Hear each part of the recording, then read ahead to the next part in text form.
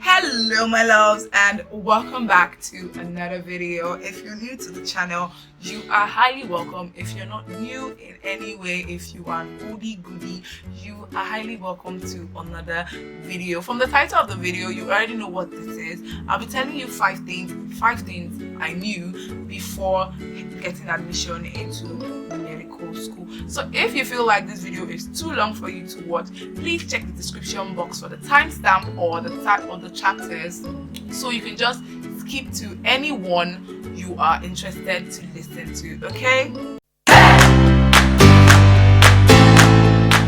in no particular order, the first one is the amount of information you have to retain. Oh my god, that is insane. Okay, when you're in preclinical classes, they tell you that you have anatomy, you have physiology, you have biochemistry. Okay, and anatomy is bulky, physiology is bulky, everything, it is bulky, my dear. So the information is much, and you're dealing with human being, you're dealing with a lot of disease entity. That is why you cannot see someone that will be a jack of all trades in medicine. You cannot see someone that is a neurosurgeon who is also a cardiothoracic surgeon, who is also an orthopedic surgeon, who is also a pediatric surgeon. No, that's why they are specialties. So there's an insane amount of information that you have to have. Trust me, no information is less important, because everything is to improve patient care at the end of the day. So in medical school, I knew that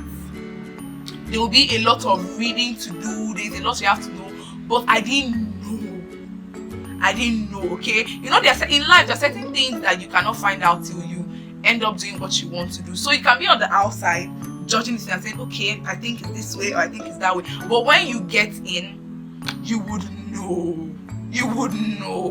Okay, so that's the first one. The second one is how time consuming medicine is. I knew that doctors don't have time and all of that. As I said before, there's some things that you know when you enter. So I had a clue, but I didn't know how much time consuming this is. Even if I knew this, trust me, I would still be a medical student. Like, it is something I still want to do. It is something I've always wanted to do right from time. I've always wanted to become a doctor. Okay, so yeah, medicine is time consuming. You don't have time for family, you don't have time for friends, you don't have time for certain things. If you decide to give your time to those things, something will be lacking.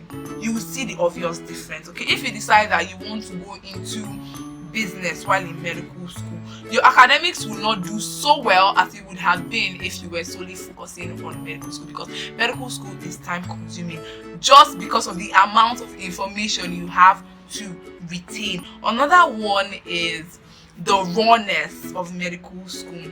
Okay, medical school is so raw. What do I mean by so raw?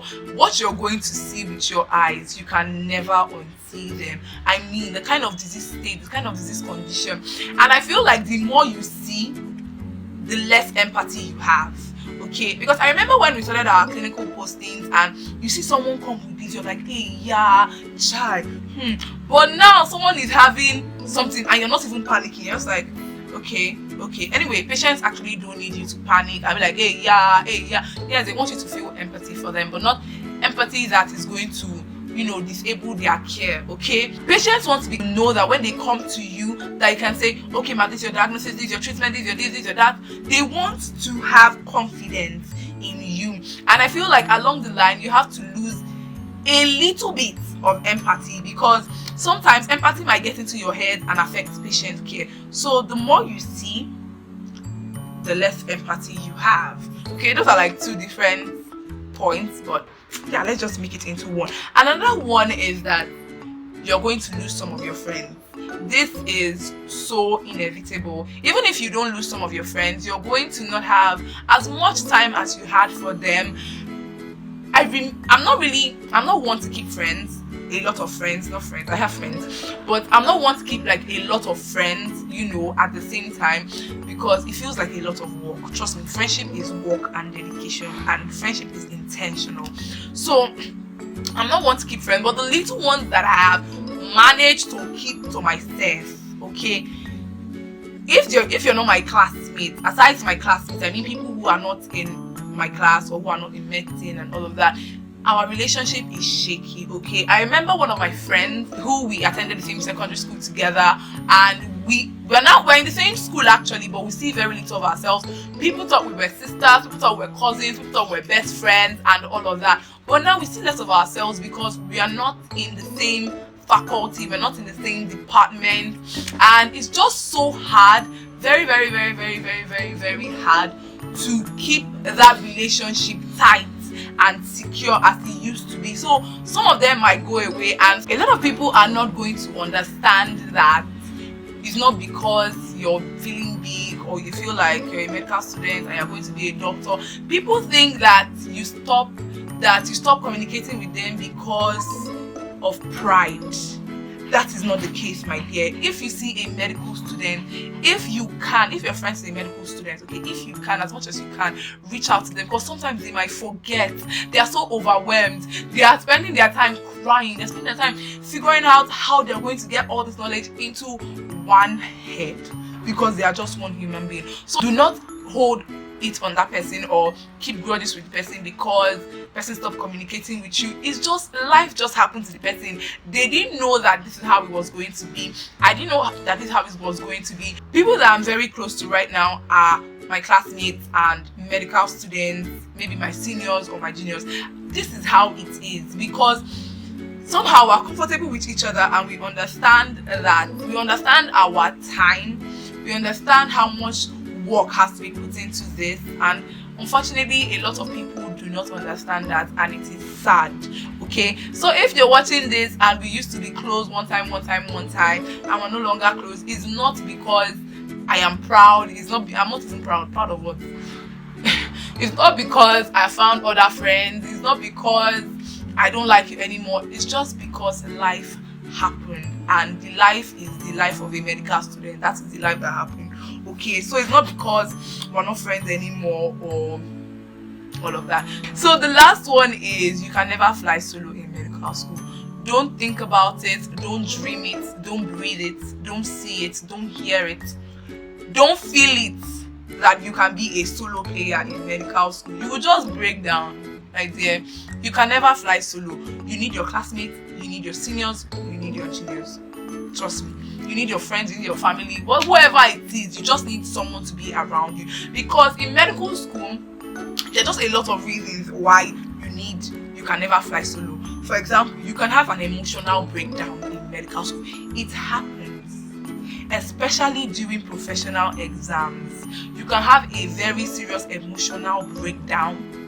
So you will not tell me that you don't need anybody. You need your friends and your classmates who understand and know how to console you or try to console you. You need your seniors who will try to console you. You need people around you. You can never fly solo. Never, read my lips, and never, never, never ever think about it, dream about it. You can never fly solo. Okay, you can never fly solo. It's not something that you should even feel. You need people to survive medical school. Yes, I said it. You need people to survive medical school. You need your friends. You need your classmates. Your group discussion people.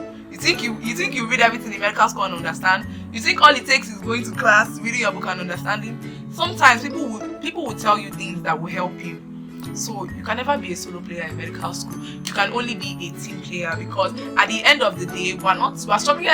Yes, we're struggling to better ourselves, but we're also struggling to better patient care at the end of the day. So you can never be a solo player, and never be the kind of person that would collect, would receive, but will never give. All you want to do is collect information. Okay, what do you know about this one? But you can never give the information that you have. Never be that kind of person in medical school. You're just two-sided, and it is trash. Don't do that. Okay, always when you want to receive, be ready to willingly give. Okay, so if you know something and you feel like your neighbor doesn't know something, correct them, tell them. Don't hear me say trash and you not say because you don't know if it's going to be my exam question. You don't know if I'm going to treat your family member in the future.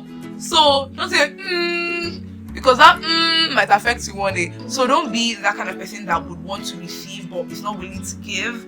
When I mean giving and receiving, I mean in knowledge. When it comes to knowledge, don't be that kind of person. You grow, you become better by giving. You don't even know if what you want to give is even trash, and it's that person you're giving it to that will correct you. Okay, so don't be that kind of person. Yeah, guys, these are the 5 things that these are very few things I wish I knew. There's just a lot of lists, but I don't want this video to be extremely long, so I just went down to the lucky number 5. I don't know why 5 is a lucky number, but 5 has always been a lucky number for me. Okay, so yeah, this is the end of the video. I hope this will be helpful to someone out there who is maybe considering medical school and is looking for some kind of advice, some kind of direction.